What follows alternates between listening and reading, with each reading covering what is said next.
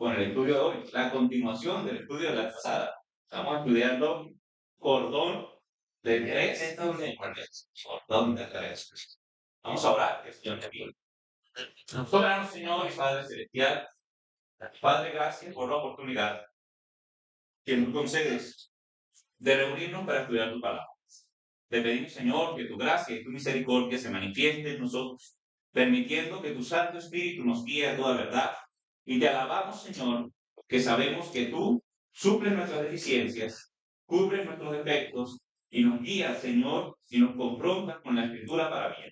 A ti, Señor, sea la gloria, la alabanza y la honra en este tiempo de estudio de la palabra. Guíanos, haz que nuestro corazón esté realmente en este estudio y podamos crecer.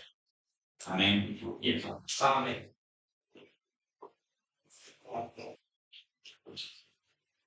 Gracias.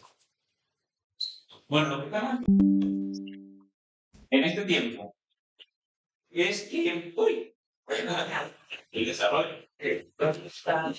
Sí, pues no desarrollo. No he parado con eso. Que el matrimonio es más de lo que dice el mundo moderno. Estuvimos estudiando la vez pasada, el matrimonio es más de lo que dice el mundo moderno. Y confrontamos un poco la ideología o la forma como el concepto fundamental del matrimonio ha venido deteriorándose en la mente de la sociedad y lleva un proceso en el que se va perdiendo, desfigurando. Hay cosas que la sociedad no puede definir, hay cosas que curiosamente han perdido completamente la definición a nivel social y más que en las personas que adoptan la ideología progresista, les es muy difícil definir cosas como qué es una mujer, les es muy difícil definir cosas que antes eran tan, porque son tan básicas, ¿no? Un niño de kinder las podía entender, ahora no se pueden entender porque las quieren reinterpretar o mejor dicho, las quieren desfigurar. Entre esos conceptos que se quieren desfigurar y que quieren destruir y que se busca que se pierda realmente, está el concepto del matrimonio. Estudiamos la vez pasada que el matrimonio bíblico es más de lo que el mundo moderno quiere decir. Ahora, uno de los problemas más grandes que enfrentan los matrimonios modernos es la mentalidad competitiva. Eso no es de los matrimonios modernos, en realidad. Eso es de los matrimonios en general. Se establece un matrimonio y detrás del establecimiento del matrimonio viene una mentalidad competitiva entre los miembros del nuevo hogar, o sea, entre el varón y la mujer, digamos de hogar tradicional. Y a eso se le suma entonces una formación, un adoctrinamiento, en el caso de las mujeres, un adoctrinamiento feminista que se les viene dando en el colegio y en la casa, y progresista. Y en el caso de los varones, una mentalidad tradicional de tipo machista, que también existe. Y estos dos tipos de mentalidades, cuando las personas se casan, hay hay un choque allí, y son muchos los aspectos en que hay competencia, donde las voluntades de los esposos y las esposas chocan entre sí, y empieza a haber un concurso de dominación.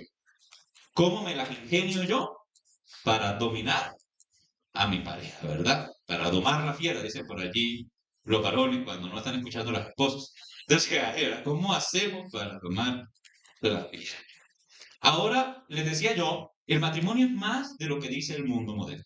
Y ahí está el problema de la competencia, porque el matrimonio es más que una competencia entre géneros. El matrimonio es más que una competencia entre géneros. Y la primera razón, bueno, esa era la primera, no la segunda, pero a mí me quedó mal, es porque la subordinación bíblica no implica superioridad como criatura. Escuche bien, la subordinación bíblica no implica superioridad como criatura. Este es el primer concepto que tenemos que entender porque la visión bíblica del matrimonio dista considerablemente de lo que se quiere establecer hoy en día. Y hay algo innegable con respecto a la Biblia, que la Biblia dice el matrimonio, y es que Dios estableció una jerarquía, un orden de autoridad. Eso no es que se lo inventaron, el patriarcado, no, eso es una cosa establecida por Dios, un orden de autoridad, un orden de jerarquía. Porque en las cosas de tipo lineal, donde no se sabe quién manda y quién gobierna, tampoco se sabe de quién es la culpa cuando las cosas fracasan. Es un gran problema que hay, donde no hay jefes. ¿A quién le pido cuentas yo si nadie gobierna, si nadie manda, si nadie responde? Entonces, cuando las organizaciones son acéfalas, cuando las organizaciones no tienen cabeza, no tienen autoridad, tampoco hay quien se haga responsable de los errores y de los fracasos que se cometen en esa organización. Y ese es el asunto por el cual Dios, que es un Dios de orden, que la Biblia dice que Dios es un Dios de orden, establece un orden jerárquico y de autoridad en la familia. Primero los Corintios capítulo 11, versículos 2 y 3. Vamos allí a primero los Corintios capítulo 11, versículos 2 y 3.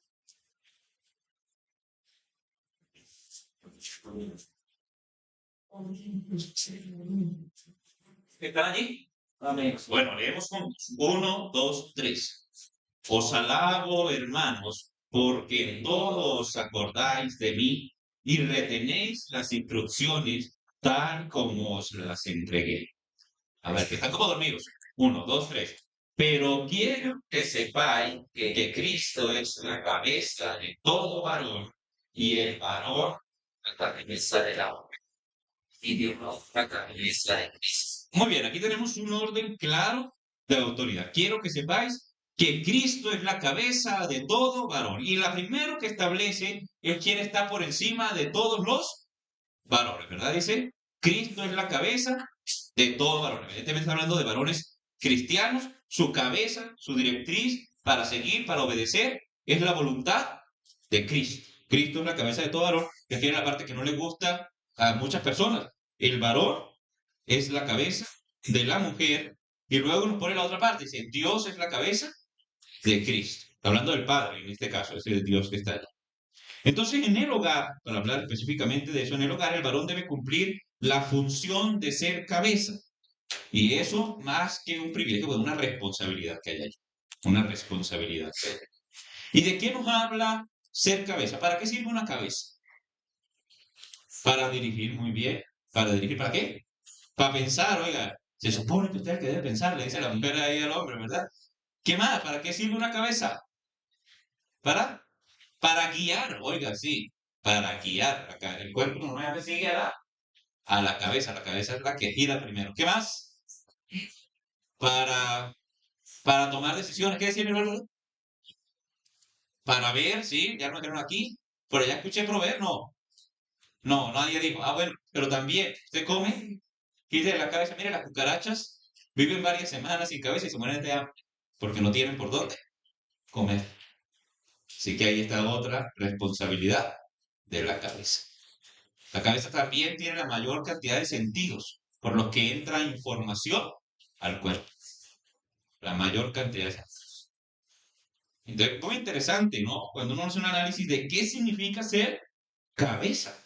Nos habla de dirección, nos habla de guía, pero también nos indica responsabilidad. Porque un varón, al ser cabeza, es responsable de guiar a su familia, es responsable de proteger a la familia, es responsable de nutrir a la familia. Y ser cabeza es responder por el rumbo que el hogar está tomando todos los días. Eso significa ser cabeza. Y también deja ver que en el hogar creyente, eh, el varón cumple su función de cabeza en dependencia de quién? De Cristo. De Cristo. Porque Cristo es la cabeza de todo varón. Entonces, ¿cómo hago yo para saber cómo ser cabeza? Porque el problema es que los varones nos llega, uno se emociona y se quiere casar y tal, y por ahí ilusiona a una muchacha desprevenida y la toma por mujer, ella tampoco sabe que se iba a meter en ese problemón, toda ilusionada, y cuando uno llega y dice, bueno, ahí está su hogar, ahora diríjalo. ¿Ahora cómo hago? ¿Cómo hago yo si yo hasta ahora obedecí a mi mamá, verdad? Ella me decía hasta cuándo me tenía que bañar, ya hablé feo, hijo, andate a bañar, ¿verdad? Y ahora yo tengo que dirigir una familia. Cambia mucho la condición. Y entonces ahí es donde el hombre necesita, ¿cuál es la estructura que debo seguir? ¿Cuál es la guía que yo debo seguir? ¿Quién me va a enseñar a ser cabeza? Y entonces la Biblia dice, vea, para eso usted también tiene quien lo gobierne. Cristo es la cabeza de todo varón. ¿Usted quiere ser una buena cabeza de su familia? Sea un buen seguidor de Cristo. Un buen seguidor de Cristo siempre será una buena cabeza familiar. Ese es el éxito para que un hogar funcione y para que como varón pueda ser calificado como una buena cabeza, yo tengo que ser un buen cristiano. Una persona, cristiano significa que siga a Cristo. Entonces, una persona que sigue a Cristo y que está pensando qué dice Cristo, qué haría Cristo, cómo hablaría Cristo, será un buen papá, será un buen esposo, será un buen proveedor y en general será una buena cabeza de su hogar. Importante ese principio que tenemos allí.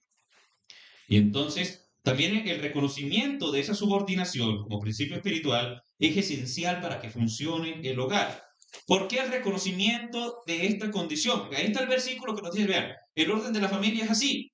Es Dios, Cristo, el varón y la mujer. A eso es lo que nos está estableciendo allí el orden.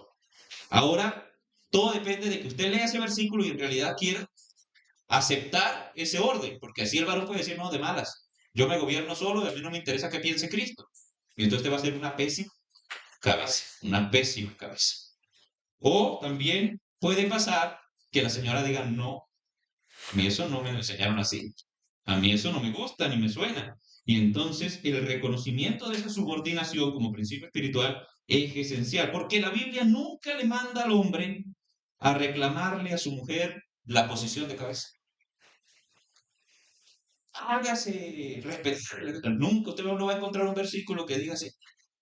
Eso se lo dirán a usted en la calle, al varón en la calle. Pero jamás va a encontrar usted un texto de la Biblia que le diga al varón, hágase respetar a esa mujer y trapee el piso con ella para que no vuelva a contestarle feo. No, en ninguna parte va a encontrar eso en la Biblia. No está. Eso lo dice el machismo, pero no lo dice la Biblia.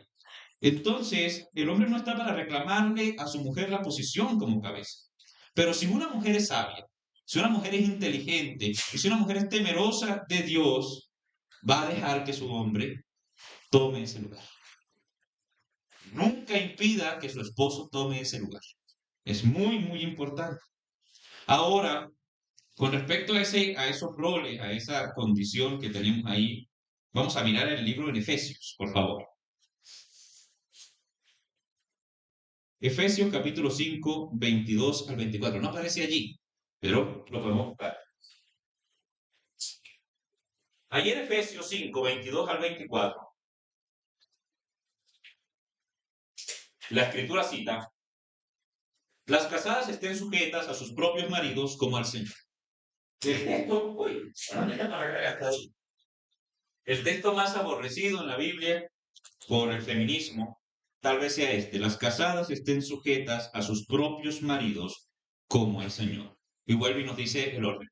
Porque el marido es cabeza de la mujer, así como Cristo es cabeza de la iglesia, la cual es su cuerpo y él es su salvador. Así que como la iglesia está sujeta a Cristo, así también las casadas lo estén a sus maridos en lo que sea conveniente y les sirva. Ah, no, ahí no dice así, ¿verdad? Dice en todo. Oiga, no depende de que usted analice, ¿será que esto que me está mandando este señor me conviene? ¿Será que esto es chévere de obedecer? Ahí no dice nada de eso. No depende de usted. Dice exactamente, las casadas lo estén a sus maridos en todo. ¿Que se va a equivocar? Sí, se va a equivocar. Déjelo que se equivoque. Déjelo que se equivoque. Si anda terco, usted le dirá, amor, yo creo que te vas a equivocar con eso. No, no, no, es que es así. Ah, bueno, hagámoslo así. Como él es la cabeza, él lleva la responsabilidad del fracaso. Si usted no lo deja guiar, usted lleva la responsabilidad del fracaso. Por eso la mujer sabia edifica su casa y la necia con sus manos la destruye. La necia es el que no quiere hacer caso. Ahí está.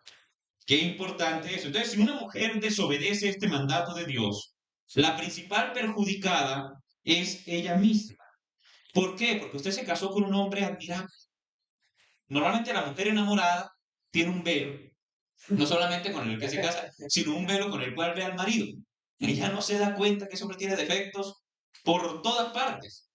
Se casa y cuando se casa le quitan el velo y dice, ¿qué me pasó? Yo me casé con este moscorrofio. Sí, eso pasa. Pero mientras está ahí en el noviazgo, no se fijó en lo que se iba a meter. No se fijó bien en eso, lo veía perfecto. ¿Qué pasaba con él? Usted le parecería y le parecía ese hombre masculino, atractivo, admirable, inteligente y todas esas ilusiones que los hombres nos encargamos de formar en la mente de la mujer para poderlas enamorar, ¿sí? Y ella al final se da cuenta que, bueno, que tanto así tanto así no es, pero ya que ya estoy aquí metida, pues vamos a hacerle a que funcione. Pero ese problema está en que la misma mujer, desobedeciendo este mandato de Dios, de dejar que el hombre sea cabeza, de dejar que el hombre gobierne, de dejar que el hombre tome esas decisiones, de seguirlo, de convertirse en su ayuda idónea, haciendo al hombre a un lado y tomando ella, imponiendo su voluntad, cuando se da cuenta ese hombre que era enorme y precioso, lo ve así chiquitito y lo menosprecia. Va perdiendo todo atractivo masculino, el varón, a los ojos de la mujer, cuando la misma mujer lo va convirtiendo en un ser insignificante y débil a sus ojos.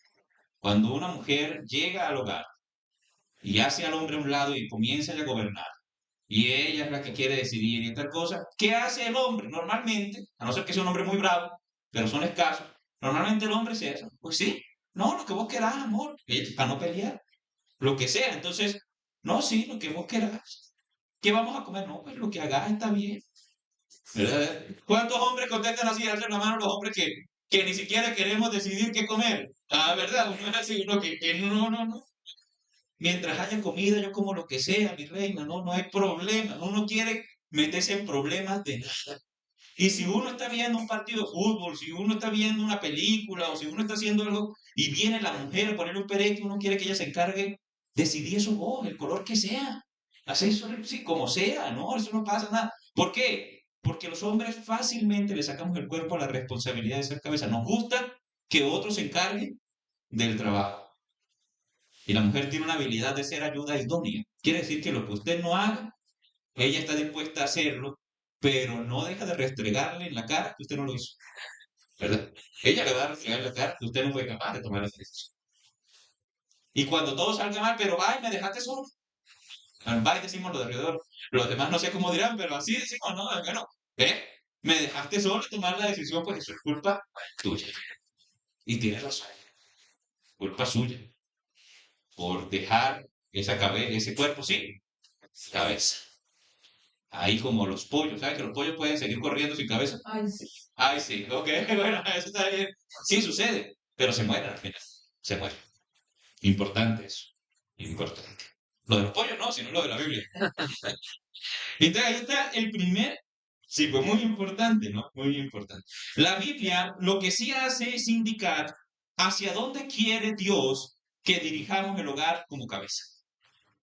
Y por ejemplo, usted mira ahí en Efesios 5, ahí mismo estaba leyendo, los versos 25 al 29, tal vez yo no pueda poner ahí rápidamente. Efesios 5, 25 al 29 nos habla de ciertas cosas. Nos habla de amor, nos habla de sacrificio, nos habla de entrega, nos habla de santificación, nos habla de purificación, nos habla de sustentar y nos habla de cuidar. Miren, maridos, amad a vuestras mujeres. Está lo primero, amor, ¿verdad?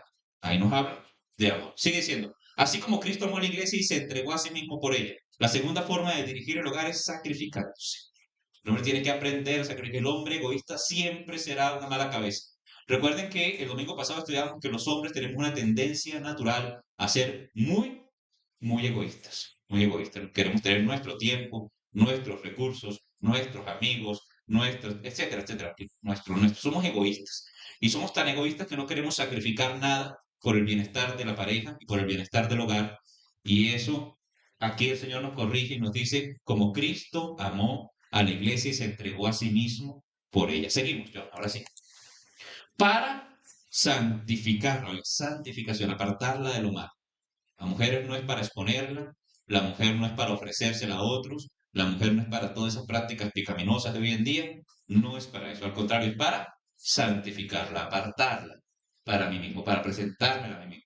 Purificando, habla, ya viene con defectos, ya viene con mugre, hay que pasarla por el filtro, purificarla. ¿Cuál es el filtro? La palabra es el filtro, la Biblia es el filtro. Una casa donde el marido no expone la palabra, donde el marido no hace que su familia lea la palabra, no promueve que su mujer estudie la palabra, es un hogar que va a tener problemas a largo plazo. Purificar en el lavamiento del agua por la palabra, ahí está claro. Seguimos. A fin de presentársela a sí mismo, que la mujer es para uno. Cristo lo hizo con la iglesia. Una iglesia gloriosa que no tuviese mancha, ni arruga, ni cosa semejante, sino que fuese santa y sin mancha. Y pasamos allí, donde nos dice, así también los maridos deben amar a sus mujeres como a sus mismos cuerpos, porque el que ama a su mujer a sí mismo se ama, y nadie aborreció jamás su propia carne, sino que las otras dos cosas, sustentar y cuidar. Esa es la otra función del varón. Sustentar es suplir todas las necesidades. Ah, no, yo no estoy dispuesto a mantener a otro, dijo un muchacho en mi ciudad natal, en mi pueblo natal. No, yo trabajar para mantener a otro, yo no se case. Yo me quiero casar, pero yo no quiero mantener a ninguno, dijo. Digo, no se case, no se case. Si no es capaz de sacrificar nada por otro, no se va a casar porque va a hacer sufrir a esa mujer. La sustenta y la...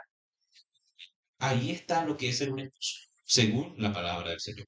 Entonces, un hombre que gobierna así, considerando esas instrucciones, hombre, sería muy mala la mujer que diga que hombre tan malo. No, va a decir es tan bueno, ¿verdad? De eso no hacen, dijo la hermana aquí. De eso no salen así ahora, no salen muchos. Qué importante las instrucciones. Las instrucciones. No podrá ser visto por su esposa como un mal gobernante del hogar. Entonces, los roles establecidos por Dios para el hombre y para la mujer garantizan el buen funcionamiento de un hogar, garantizan la plenitud de los esposos en el vínculo matrimonial. ¿Qué me refiero a la plenitud? A que va a haber felicidad, que es que el problema de los matrimonios no es comenzar felices, eso sucede muy fácil, comenzar el matrimonio feliz. El problema es que esa felicidad se mantenga en el tiempo, se incremente en el tiempo. La única manera es que el hombre pueda desarrollarse como varón, como hombre ahí en el hogar. Si el hombre se siente que él no es nada en el hogar, él se va a ir haciendo un lado. Y lo mismo es la mujer, que la mujer sienta que tiene una cabeza, alguien en quien apoyarse, alguien que la respalda, alguien que la cuida, alguien que la sustenta, alguien que no la va a dejar sufrir, alguien que la va a proteger. Ella va a seguir enamorada ahí los años, que se lo... Y si lo empieza a ver chiquitico así, pues se le va a perder el amor. Es importante, porque depende de la forma en que el varón vive, que la mujer siga admirándolo, que la mujer siga respetándolo y que la mujer siga deseando. Son los tres aspectos que tiene que provocar el varón en su vida. Qué medio trabajo, ¿no? Y así nos quieren quitar la tarea de hacer cabeza. Es una tarea muy brava de los hombres. Seguimos. Primeros Corintios, capítulo 11.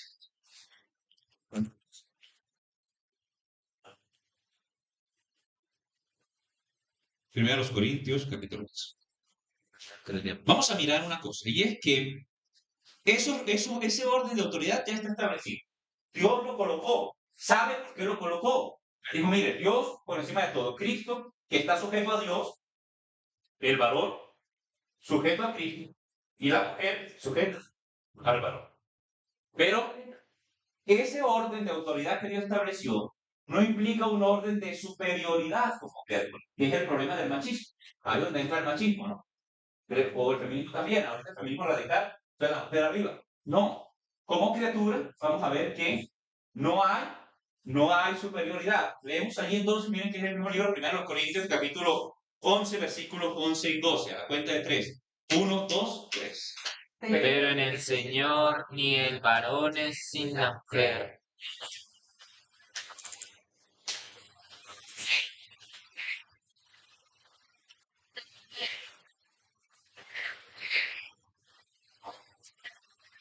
Oiga, qué importante es, porque está diciendo, vea, que en Cristo, cuando usted llega a los pies de Cristo, desaparece tanto esas ideas feministas, como ayer estaban aquí los jóvenes estudiando, y precisamente el 8M fue hace poco, ¿no? Que es la fiesta del feminismo radical. Y la consigna de ellos es mi cuerpo, mi decisión. Y el versículo que estaban estudiando aquí era que el cuerpo era del Señor, del Señor. O sea, no es suyo tampoco, es del Señor. Y si el cuerpo es del Señor, tanto el cuerpo del hombre como el de la mujer son del Señor. Entonces, qué importante esto, porque cómo cambian las cosas cuando uno está en el Señor. Cómo le cambia la visión cuando uno llega a Cristo y cuando uno entiende el Evangelio y cuando uno sigue al Señor, empieza a ver el mundo de una manera diferente, empieza a ver el mundo, la cosmovisión se modifica y comienza a ver la vida como la vería Cristo. Y entonces por eso ahí está, comienza el versículo diciendo, pero en el Señor. En el Señor ni el varón es sin la mujer, ni la mujer es sin el varón. Y ahí nos habla de mutua dependencia. Y nos está hablando del origen, ¿no? Que Adán, vimos el domingo pasado, cómo por la necesidad de Adán fue creada. Existe la mujer por la necesidad del varón. Pero no hay un solo varón aquí que pudiese estar sin los esfuerzos de una. Y qué importante eso allí, porque nos habla de cómo debemos tratar, cómo debemos respetarnos como mujer. Entonces, este pasaje que está ahí en 1 Corintios 11, para los que quieran leer su contexto, habla de una costumbre cultural, la costumbre del velo, como señal de autoridad en la iglesia de Corinto. Eso hoy día no se aplica, el principio de autoridad sí se aplica, pero la práctica o la forma de la autoridad no se aplica. ¿Por qué? Porque hoy en día usted no ve a alguien con un velo en la cabeza y piensa, ay, ¿cómo está de sujeta esa mujer al marido? Nada, ¿verdad? No es que uno vea a alguien con un trapo en la cabeza y diga algo así. Entonces, al no servir, en la cultura no funcionar la forma, pues la forma se modifica. Pero el principio bíblico que transmite sí se mantiene, que es el principio de autoridad, porque viene hablando de que la mujer debe guardar señal de autoridad en su vida, que se note que está sujeta a su esposo en el hogar y al liderazgo de la iglesia, en el caso de la iglesia. Y entonces ahí nos habla de ese principio. El velo como señal de autoridad en la iglesia de Corinto es el contexto en el que está escrito ese primero a los Corintios, pero deja claro el principio, ¿no?, de la muestra de piedad, que es respetar la autoridad establecida por Dios. Quiere decir que una mujer piadosa muestra que es piadosa en obediencia a estas palabras, entendiendo que hay un orden de autoridad. Esos versículos dejan claro que ante los ojos de Dios la subordinación de la mujer no implica inferioridad. ¿Por qué? Porque lo primero que nos dice es, Cristo, ¿no?, es la cabeza del varón. Y al final nos dice que Dios es la cabeza de Cristo. de Cristo. Y ya sabemos que Cristo es una de las personas de la Trinidad. O sea, Cristo es Dios también. Entonces, la subordinación no implica inferioridad, porque Cristo no es inferior al Padre, sino que está subordinado al Padre. Entonces, subordinación no implica inferioridad. Muy importante ese principio. En Gálatas 3, 27 y 28 dice, porque todos los que habéis sido bautizados en Cristo, de Cristo estáis revestidos. Ya no hay judío ni griego, no hay esclavo ni libre. Oiga, no hay varón ni mujer. Todos vosotros sois uno en Cristo Jesús. Entonces es el principio allí que nos está estableciendo de que la subordinación no implica inferioridad de la mujer.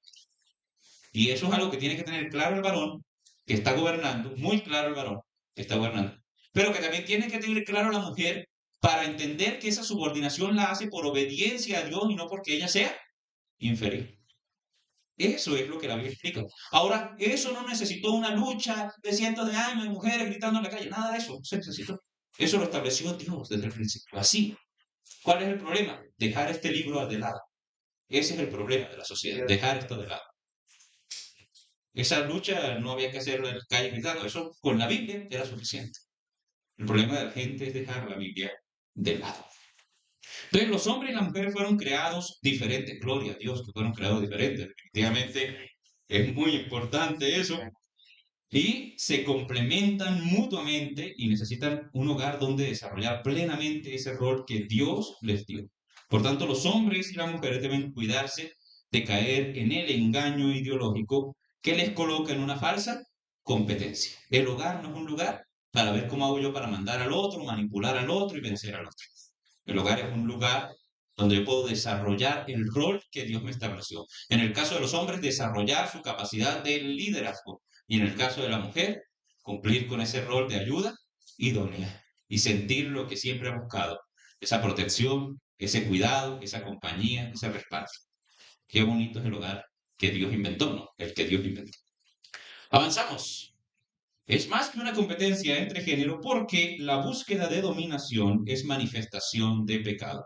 Y vea qué importante esto, la búsqueda de dominación es manifestación de pecado. ¿Qué es la búsqueda de dominación?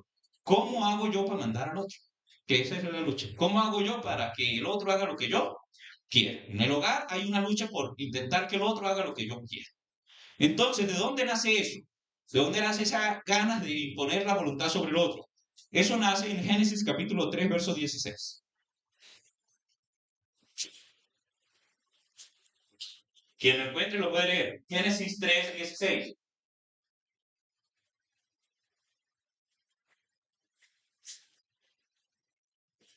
A la mujer dijo, multiplicaré en gran manera los dolores en tus preñeces. Con dolor darás a luz a los hijos. Tu deseo será para tu marido y él se enseñoreará de ti. Bueno, gracias, Edgar. La primera parte, pues le cae ahí a la mujer mía. Multiplicaré en gran manera los dolores de tus preñeces y con dolor darás a luz tus hijos. Ella, que está a punto de experimentar otra vez esa porción de la palabra, pues el Señor la fortalezca. Sí, eso para que sepan. Ya todas las que han pasado por ahí saben que eso es real, ¿no? Este versículo no tiene ni una coma de mentiras, está todo, así se cumple. La segunda parte también se cumple todos los días. Tu deseo será para tu marido y él se enseñoreará de ti. Este versículo está en el contexto del juicio dado por Dios a Adán y Eva cuando ellos transgredieron su ley. O sea, esto es parte de un castigo, parte de un juicio. La primera parte del versículo habla de ese incremento de los dolores de la preñez y la segunda parte, en cambio, habla del deseo de dominar. Esta porción que dice tu deseo será para tu marido es un texto oscuro, pero solo hay dos formas de entenderlo. La una es desearás tener marido. En algún momento de tu vida desearás tener marido. Esa es una parte que se puede interpretar así. La otra parte con la que yo estoy más de acuerdo, porque ella se interpreta a la luz de lo que Dios le dijo a Caín, el pecado está a la puerta, con todo así, a ti será su deseo y tú te enseñorearás de él. Es la misma idea. Habla de una voluntad de dominar el uno al otro. Entonces yo lo interpreto más por ahí, me parece que es lo más correcto, y es una interpretación clásica también, o sea, no fue que yo me la inventé, sino que así la teología lo ha dicho durante muchos años también, que habla, que se podría traducir, desearás dominar a tu marido, desearás gobernar a tu marido, desearás manipular a tu marido. Eso estará allí en tu corazón. Oiga, señoras, yo no sé si esto serán mentiras, yo conozco el corazón de las mujeres, pero ustedes me dirán si hay o no una intención de dominación allí adentro en su corazón. Sí, sí. Sí, dijo Edgar, ¿no? Edgar sabe de lo que habla, él dijo, sí, ahí está eso. Yo soy cardiólogo, yo sé que hay en ese corazón hay algo así. Bueno, desearás dominar a tu marido, pero ¿cuál es el problema? ¿Cómo termina? Él se enseñoreará de ti y de ya para él gobernará. ¿Qué problema tan grande aquí? Porque eso quiere decir peleas en la casa. Peleas en la casa, naturales, vienen de producto de la caída en el pecado. Entonces, ahí habla del deseo de dominación de la mujer hacia el varón y del señorío del varón hacia la mujer. Entonces, aquí viene un problema. Estrategias de dominación. Ahí viene entonces las estrategias de dominación. Las manifestaciones de dominio del varón, lamentablemente, están relacionadas con la superioridad física. Porque cuando Dios crea al hombre y a la mujer, le da al varón un tipo de fibras musculares diferentes, un tipo de estructura ósea diferente, un tipo de estructura mental diferente, mejor dicho, lo hizo diferente. Por eso, aunque el varón se perciba mujer, no será jamás mujer, porque es que fue diseñado diferente, fue creado diferente. Y por eso puede ser una cuesquita de hombre así, que si se pone bravo hay que tenerle miedo. Sí, esa es la razón. Porque fue creado diferente, con unos niveles de testosterona dándole vueltas en esas venas ahí que lo hacen, de pronto se dispara en cualquier momento, no tiene que estar manejando esas hormonas en todo el tiempo. Entonces eso es el varón, y está relacionada, la dominación del varón hacia la mujer ha estado relacionada con la superioridad física y el abuso de su rol social. ¿Por qué el abuso de su rol social? Que es cierto que el varón es reconocido como líder o como autoridad a nivel social, entonces a veces se abusa también de ese papel. Para verlo directamente en la Biblia, porque esto parece un estudio sociológico, pero no, es un estudio bíblico. Entonces, vamos a Malaquías capítulo 2, versos 13 al 16. Malaquías capítulo 2, versos 13 al 16. Dios le habla a los sacerdotes, líderes sociales, porque eran los sacerdotes, pero además líderes familiares, porque eran varones. Vamos a ver qué le dice. Es un texto largo, así que vamos a leerlo alternado. Comenzamos el 13, 14, 15 y 16. ¿Listos? ¿Todos aquí listos? ¿También acá? Comenzamos por este lado, mi mano derecha, con el versículo 13. Malaquías, capítulo 2, verso 13. A la cuenta de 3. 1, 2, 3.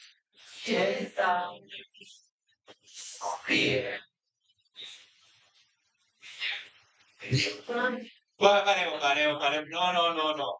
Pablo, me están haciendo pasar una pena, parece que no les hubiera enseñado a leer. Otra vez, vamos a empezar por este lado. Esperen al vecino, no arranquen adelante, lean fuerte, lean al unísono, comenzamos 13, 14, 15 y 16. A la cuenta de 3, el versículo 13 por aquí. 1, 2, 3. Y es...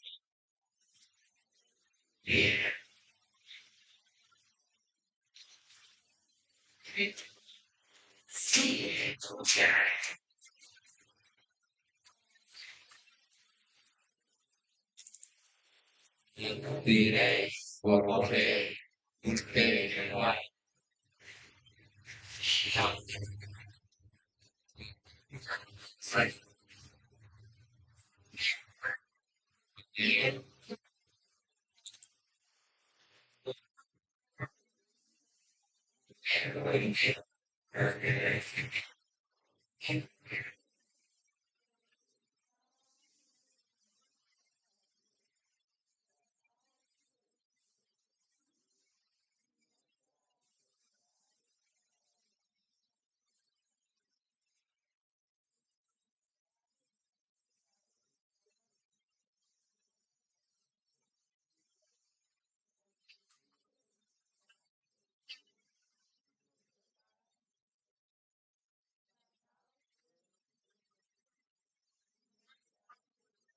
Venga, ¿qué texto es este? Aunque es muy largo, pero muy importante leer. Muy importante leerlo porque muestra el varón abusando allí de su rol y abusando de esa apariencia social, porque ninguno veía un sacerdote de esos y decía, ah, este tiene sufriendo la mujer. Y sin embargo, mire cómo comienza diciendo, otra vez haréis cubrir el altar de Jehová de lágrimas. ¿Lágrimas de quién? De la mujer. Lágrimas de la mujer. El Señor ve las lágrimas de la mujer que sufre por el trato que le da su esposo. Y qué importante eso. El Señor las ve. Lo haréis cubrir de llanto y lo haréis cubrir de clamor.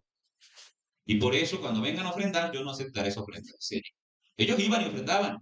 Y llevaban y mataban animales y hacían el humo y se paraban allá delante de todos. ¡Ay, tan bonito el sacerdote allá!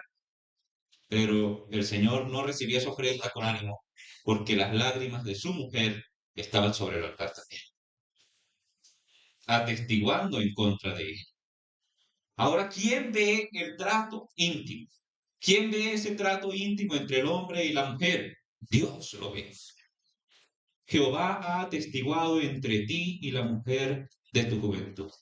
El testigo que la mujer tiene de cómo ha sido su conducta, de cómo ha sido su vida matrimonial, es Dios. Dios es su testigo. Y Dios sabe si hemos sido, dice ahí, desleales. Oiga, qué frase, qué palabra tan dura. Deslealtad. Una persona que entregó ahí la juventud, porque dice siendo ya tu compañera, la mujer de tu pacto.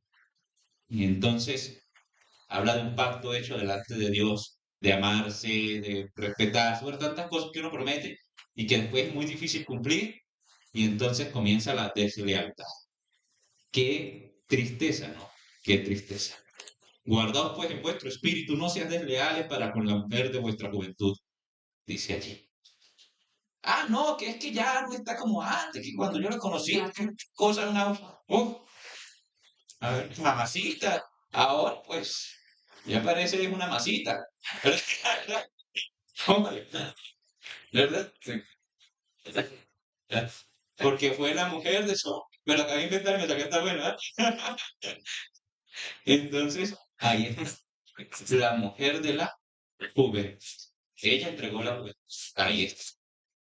Entonces, Dios, el Dios de Israel, mire que la vez pasada hablamos de eso del repudio, ¿no? De lo que habla de repudiar a la mujer, o dejar a la mujer, o el divorcio, pues, dice, Jehová, Dios de Israel, ha dicho que él aborrece el divorcio, aborrece el repudio.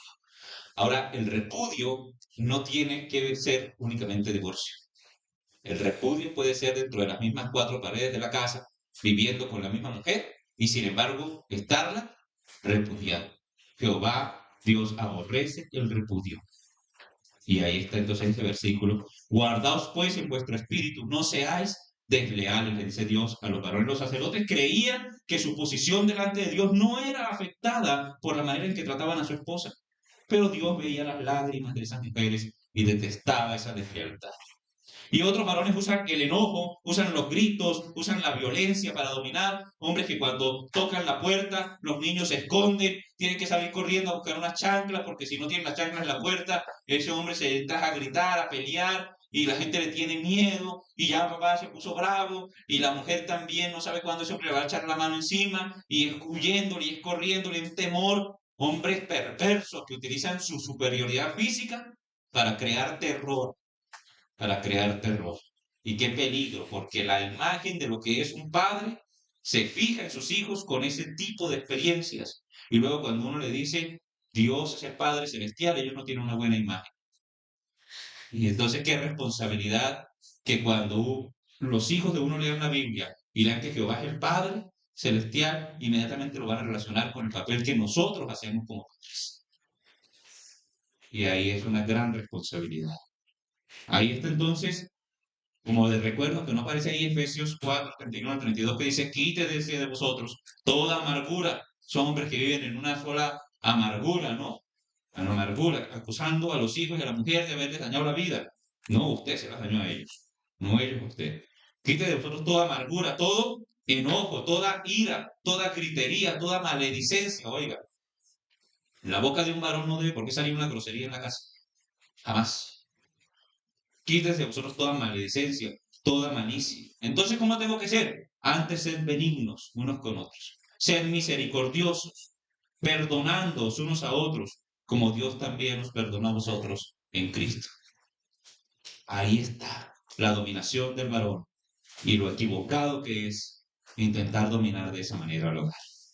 La mujer es más sagaz. Creyeron que no les iba a llegar el turno. Ah, no sé, señor. Les llega el turno. La Biblia también habla de la mujer, pero la mujer es más sagaz. La mujer sabe que a bocheo no funciona, ¿no? Hay unas que son bravas, no se puede negar, y son capaces de bloquear al marido, pero no es la generalidad, son excepciones. Entonces la mujer sabe que por ahí no va el agua del molino, por ahí no es. Entonces, ¿cómo es? Bueno, la mujer domina a través de la belleza física, a través de la influencia que sus palabras pueden tener en su hombre. ¿Eso lo dice la Biblia, pastor? Claro que lo dice la Biblia. Proverbios capítulo 7. Sí. Proverbios 7. 21 al 23. Proverbios 7, 21 al 23.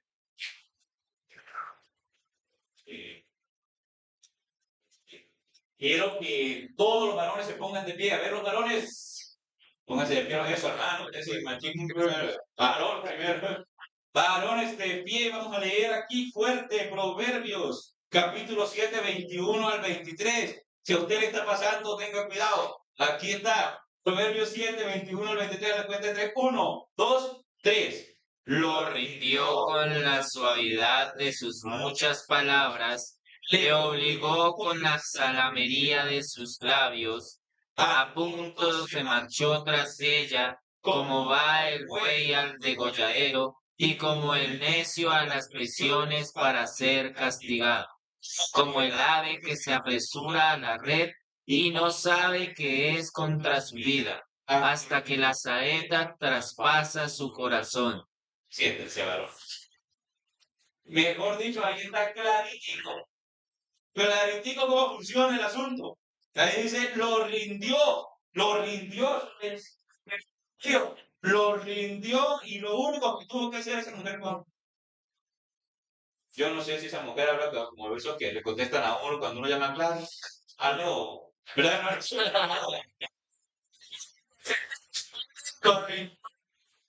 ¿Verdad?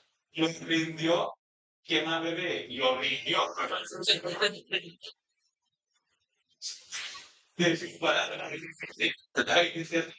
Lo rindió, pues oye, es muchas palabras. Oiga, qué peligro, porque al hombre le tocó gritar y pelear allá. No tuvo que hacer sino hablar. Saber cómo hablar es suficiente. Ustedes recuerden cómo, ustedes que saben la historia bíblica más que yo, recuerden, no me está viendo, no. Cómo Dalila, ¿no? Hizo con Sansón. Dalila hizo con Sansón y era el hombre físicamente más fuerte. No había cómo ganarle.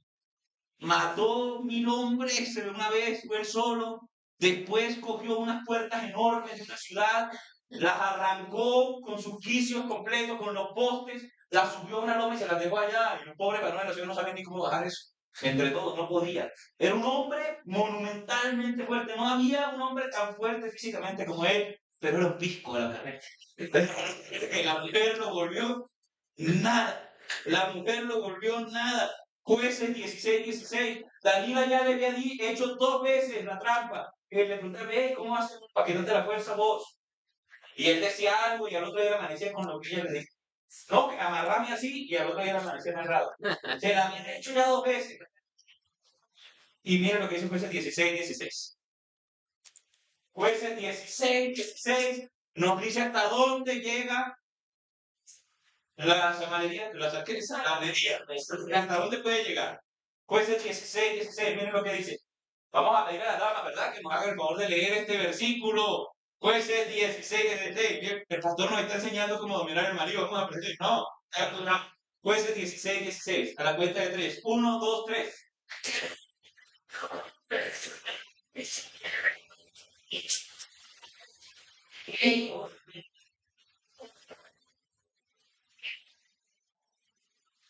¿Cuál es la técnica para reducir a un hombre mortal angustia? Ahí está clarito, dice, presionándole ella cada día con sus palabras. Ya venía tu tiempo.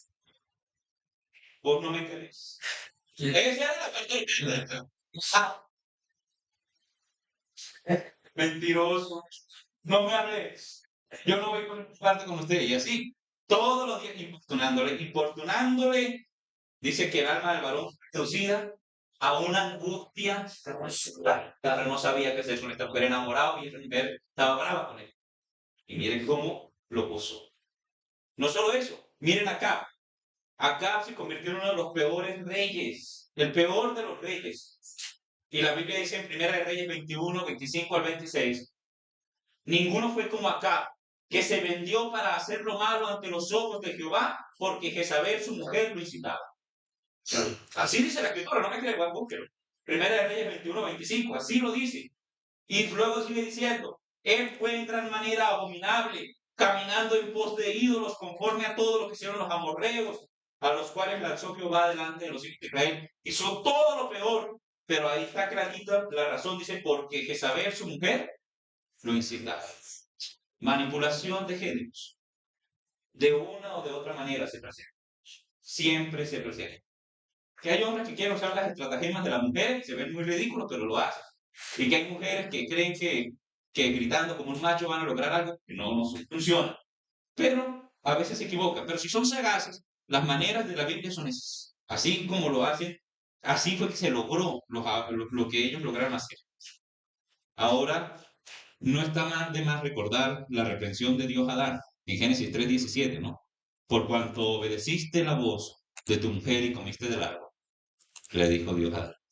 Importante ese versículo ahí también. Maldita será la tierra por tu causa. La culpa no es de la mujer, es suya. ¿Por qué? Porque le hizo caso. Ahora no crees que le estoy mandando que nunca le haga caso a la mujer, pero hay que entender que la responsabilidad va a recaer sobre nosotros. Entonces, el movimiento feminista moderno no obtiene resultados en esas consignas violentas, en la intimidación que las mujeres hacen, destruyendo estaciones, pintando calles, en eso no hay real avance. El avance está, o su mayor avance, la forma en que han crecido está con los hombres ilusionados. ¿Sabe que detrás de toda esa mujer hay un poco de hombres enamorados, ilusionados? A ver si alguna de ellas le echa un ojito, a ver si la pueden enamorar. Entonces se van detrás de ellas también, de recibir algo de atención, abandonan la dignidad, abandonan su rol y apoyan esa ideología. Los hombres que usted ve detrás de esas ideologías feministas, lo que están es tragados del señora de esas, no es más. Hombres de mal gusto, que llaman. De cualquier manera, el impulso de dominio está en los hombres y está también en las mujeres, por igual. Y en ambos casos es la manifestación de la condición caída. O sea, ese impulso de dominio sobre el otro es producto del pecado que yo tengo en el corazón. Y ese es el segundo concepto que tenemos que tener presente. ¿Todavía no es tiempo a otro? Ok. Entonces, la tercera y última razón por las cuales el matrimonio es diferente, ¿no? A lo que piensan las personas. Es porque competir con el cónyuge no produce ganadores. Oiga, competir con la pareja no produce ganadores. No produce ganadores. Lucas 11:17. Lucas 11:17. Quien lo encuentre lo puede leer.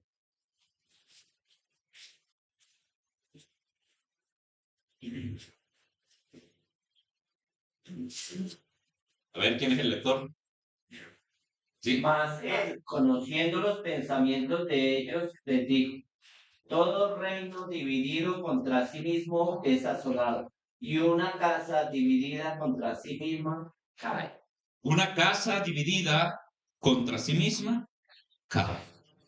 Ahí está el problema de esos impulsos de dominación, de esa competencia, de esas ganas de imponer la voluntad a la fuerza y a las malas, y que se haga lo que yo quiera. Caer es el destino de una casa dividida. Cuando una pareja no se pone de acuerdo, cuando la relación está basada en el maltrato y la deslealtad por parte del varón, que es lo que produce el machismo, y hacia la mujer, pues, y cuando está también gobernada por la manipulación y por la presión de parte de la mujer hacia el hombre, esa casa está destinada a caerse. Esa casa se va a caer. ¿Sí? Hoy la vamos a tumbar. No, esa casa se va a caer realmente. No hay que tumbarla, ella sola se cae. La separación se hace cada vez más cercana. ¿Qué dice Mateo 19:6? Ya lo hemos leído en otras clases, pero mirad qué dice otra vez. Lo leo yo. Así que no son ya más dos, sino una sola carne. Por tanto, lo que Dios juntó, no lo separe el hombre. Vuelvo y lo repito. No es necesario divorciarse para estar separado. No es necesario divorciarse para estar separado. Hay matrimonios que no se divorcian por apariencia social, pero que ya han acumulado tanto daño que en realidad ante los ojos de Dios ya están separados. Cuando un hombre hace mal su rol, pierde. ¿Por qué pierde? Porque pierde la sonrisa de su esposa. Y eso es muy triste. Es muy triste. Yo creo que todos los varones hemos vivido esas temporadas donde hemos hecho las cosas mal. Ah, soy yo nomás el único mal. Cuando los demás son todos buenos maridos. Pero yo que soy mal marido. Y qué dolor ver cómo la tristeza empieza a cubrir la cara de la mujer y se empieza a desaparecer esa sonrisa y cada vez se ve menos esa sonrisa. Y ya no es para uno la sonrisa. A veces es para otro en la calle, para el de afuera, para disimular. Pero en la casa ya no hay. Le pierde uno mucho. Pierde uno mucho.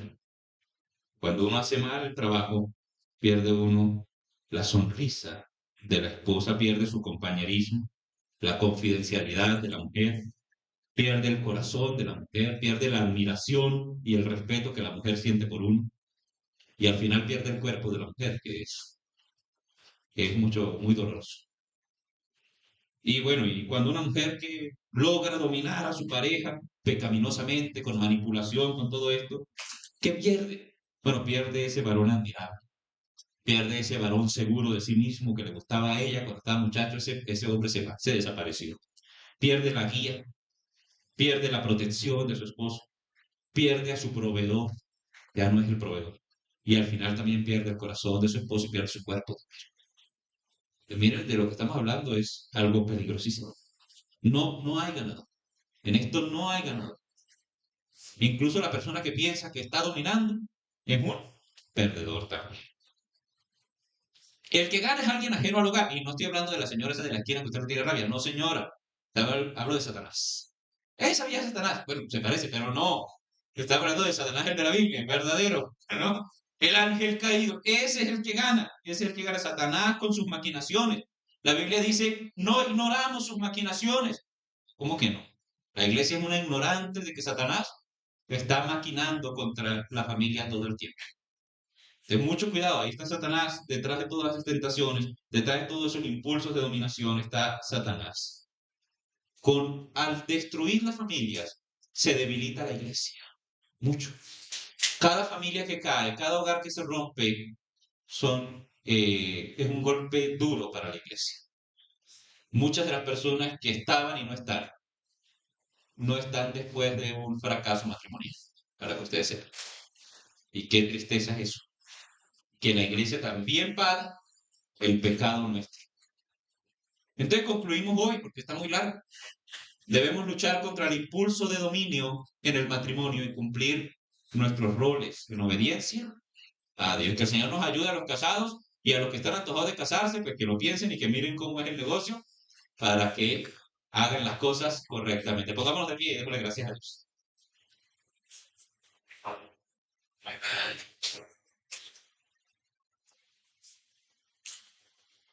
Soberano Señor, tú sabes que queremos hacer las cosas bien, que quisiéramos agradarte, que quisiéramos servirte, que quisiéramos vivir para ti, no fallar, no ser desleales, no dominar con nuestro mal genio y nuestra maldad en el caso de los varones. Y yo sé que las damas, Señor, quisieran obedecerte también. Ayúdanos a controlar nuestros impulsos pecaminosos, a no destruir nuestros hogares por nuestra maldad, por nuestra rebelión. Ayúdanos, Señor, a ser sabios, a edificar nuestras casas, a tener hogares agradables delante de ti y a formar, como tu palabra dice, una descendencia para Dios. Gracias por la iglesia, por sus miembros, por cada uno de ellos, por el aprendizaje de las Sagradas Escrituras y la manera en cómo nos edificas a través de los estudios bíblicos. A ti sea la gloria y la honra por los siglos de los siglos. Amén.